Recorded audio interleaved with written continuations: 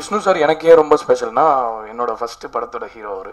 So கதாநாயகன்கிற இந்த டைட்டிலுக்கு நான் music பண்ணுறது நான் ரொம்ப சந்தோஷமாக நினைக்கிறேன். சென்டிமெண்டலாக it has a great value to me. விஷ்ணுவோட நான் பண்ணுற 2வது படம் இது. நீர்ப்பறவை நாங்கள் பண்ண முதல் படம் இதுக்கு முன்ன. ஸோ விஷ்ணு வந்து எனக்கு எப்போ எப்படி தோணும்னா எந்த ஹீரோவாக இருந்தாலும் அந்த முகத்தில் வந்து ஒரு இன்னசென்ஸ், அதாவது ஒரு சின்ன குழந்தைத்தனம் இருந்தால் அந்த முகம் அவங்களுக்கு கண்டிப்பாக அவங்க செய்கிறது வந்து நல்லா ரீச் ஆகும். உணர்வை நல்லாவே அவங்களுக்கு எதிரில் பார்க்குறவங்களுக்கு இம்மீடியட்டாக உணர முடியும். எக்ஸ்ப்ரெஷன்ஸ் நல்லா கரெக்டாக ரீச் ஆகும்னு எனக்கு எப்பவும் தோணும். என்ன தான் சண்டை காட்சி பண்ணாலும் அந்த ஹீரோக்கு ஃபேஸில் கண்டிப்பாக அந்த குழந்தைத்தனம் இருக்கணும். அது விஷ்ணு கிட்ட இருக்குன்னு நான் நீர்ப்பறவை பண்ணும்போதே சொல்லிகிட்டே இருப்பேன். ஸோ அதனால் that's one great plus in him.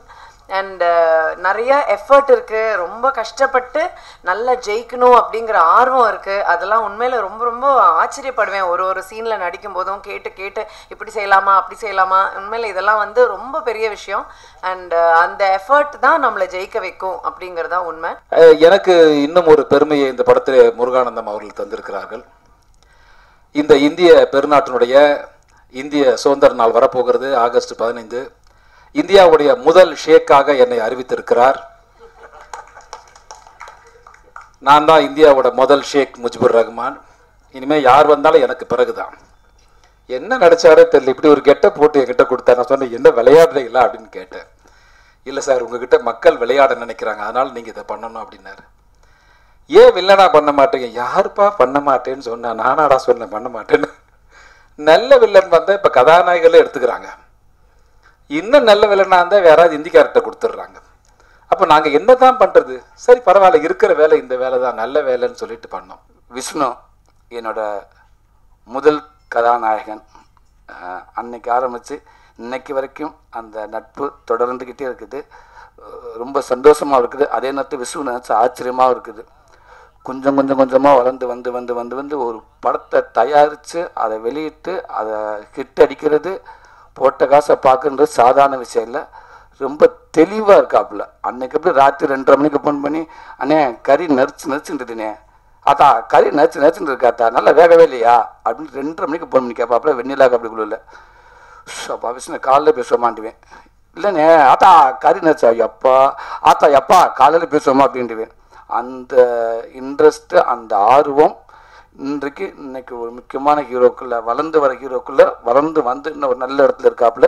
இன்னைக்குமே அந்த ஆர்வம். அதே மாதிரி ஒரு படத்தை பண்ணிட்டா மட்டும் பத்தாது, அதை தெளிவாக டிசைன் பண்ணுறாப்புல. கூட யார் இருக்கணும், எந்தெந்த மாதிரி இருக்கணும், இதை எப்படி கொண்டு சேர்க்கணும்னு அவ்வளோ மெனக்கட்டுறாப்புல. நான் சும்மா ஷூட்டிங்கில் கூட ஆஃபீஸ்க்கு போனால் கூட எனி டைம் ஒரு 4 பேர் உட்காந்து பேசிக்கிட்டே இருப்பாங்க. அவ்வளோ தெளிவாக இருக்காப்புல. போட்ட பேர் பணத்தை போட்டாச்சு எப்படி அசால்ட்டாக இருப்பா அப்படின்லாம் கிடையாது.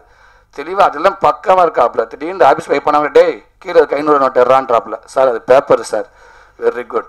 அப்புறம் என்ன எல்லாரும் பிரியாணியா சார்? கேர்ட் ரைஸ் சாப்பிட்றாங்க sir. Curd rice very good.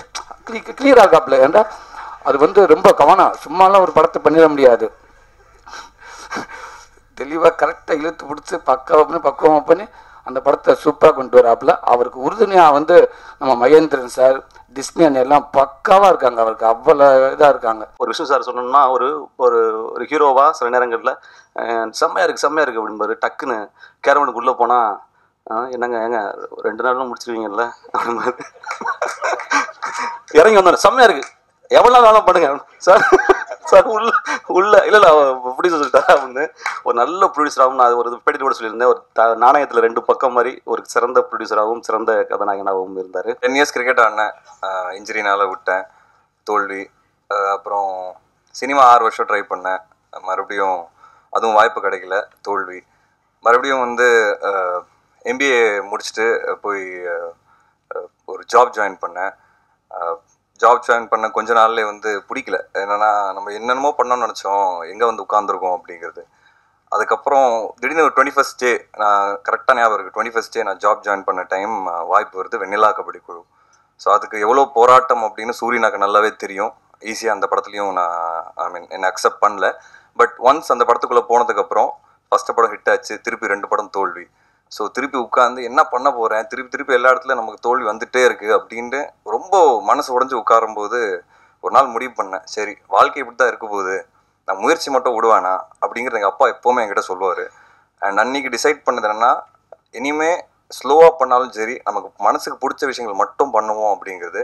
அதிலிருந்து எனக்கு தெரிஞ்சு குள்ளநரி கூட்டம்ல ஆரம்பிச்சு, குள்ளநரி கூட்டம், நீர்பறவை, முண்டாசப்பட்டி, ஜீவா, இன்று நேற்று நாளை, வேலன் வந்துட்டா வெள்ளக்காரன், மாவீரன் கிட்டு, இப்போ கதாநாயகன்.